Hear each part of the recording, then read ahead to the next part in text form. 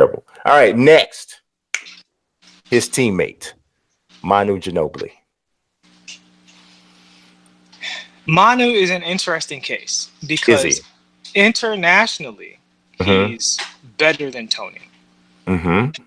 But in the NBA, he is a notch behind Tony, except for the fact that I think Tony would have had a better case, except for certain injuries that came in and reduced his performance at certain times. Tony would be hands down above Manu, if not for certain injuries that he got.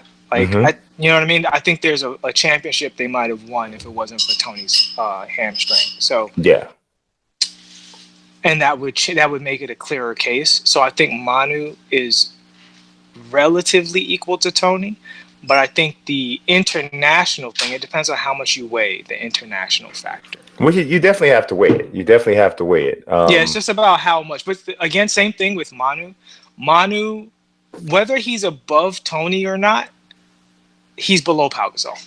So I say he's not a first ballot Hall of Famer because for me, the Pau Gasol, like I said, Pau Gasol is actually the standard. I'm glad you brought him up first because Pau Gasol has the All-Stars, he has longevity, he has championships, and he has outside of NBA stuff. So whether that's your coaching career or your college career or international, he has that on the international level. Whereas with Manu, as an NBA player, he is a notch below Tony and probably 2 notches below Pau. So, you know, granted that these are small notches. We're talking about perennial all-star. These are pica notches. Yeah, it's a picogram of all-star below. But I would say he's almost a dead even with Tony, which is fair because their performances relied on each other, so they share some of this too. They both benefited from playing with each other. So yeah, I put him in the same boat with Tony. If you put a guy of Pau or better in the ballot, then they're not first ballot. It depends on who else is on the ballot. I don't even hesitate as much as you. Manu Ginóbili is a Hall of Famer, but nowhere in the world is he a first ballot Hall of Famer. I would put Tony in first ballot before I put in Manu, and I do give him credit for his international play.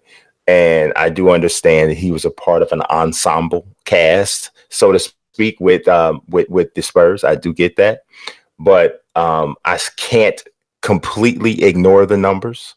And we're talking about a guy who never averaged 20 a game. Never averaged 20 a game in his entire career. And I understand that he willingly accepted the 6-man role, and that was what was best for the team. And it wasn't as if he wasn't good enough to start. But I'm looking at a guy who played an average of 25 minutes a night for his entire career. Like, he only played over 30 minutes a game for a season twice. So I look at that. And I look at the fact that your career scoring average is 13 points a game, 3.5 rebounds, 3.8 assists. That's, you know, I'm giving the Hall of Fame nod because of the team success and because of the international success. These were sacrifices that, because we know if Manu was on a different team. Oh, he's a 20-point a game guy. Yeah, 22 points, 5-6 assists, like 5 rebounds. Yeah. A steal and a half. Yeah. So Manu, and Manu played. He was one of those shooting guards. He played in a very, very tough situation because his career was fighting Kobe Bryant. That was rough. Yeah. Yeah, I mean, that's his absolute contemporary in every way, shape, you know. Yeah. So you know, he should get some credit. He looks like Bronson Pinchot too. So, you know, he's a perfect stranger. And he knocked the bat out of the air with one swipe, which was crazy. Yeah, I think that goes on your Hall of Fame highlight reel. It has to.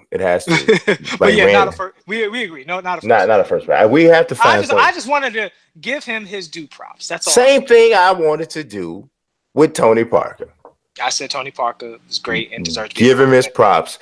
Don't crap on his Finals MVP award. I didn't crap on it. You took a squat on his I did Finals no MVP. such thing, but we have a show to do. You did. I'm trying to. The on the show is when they saw you do that, and it was just Tony Parker's people watch the show. Is he going to Chicago or something? What is happening right now? He's he has some Chicago ties because his brother went to Loyola. Anyway.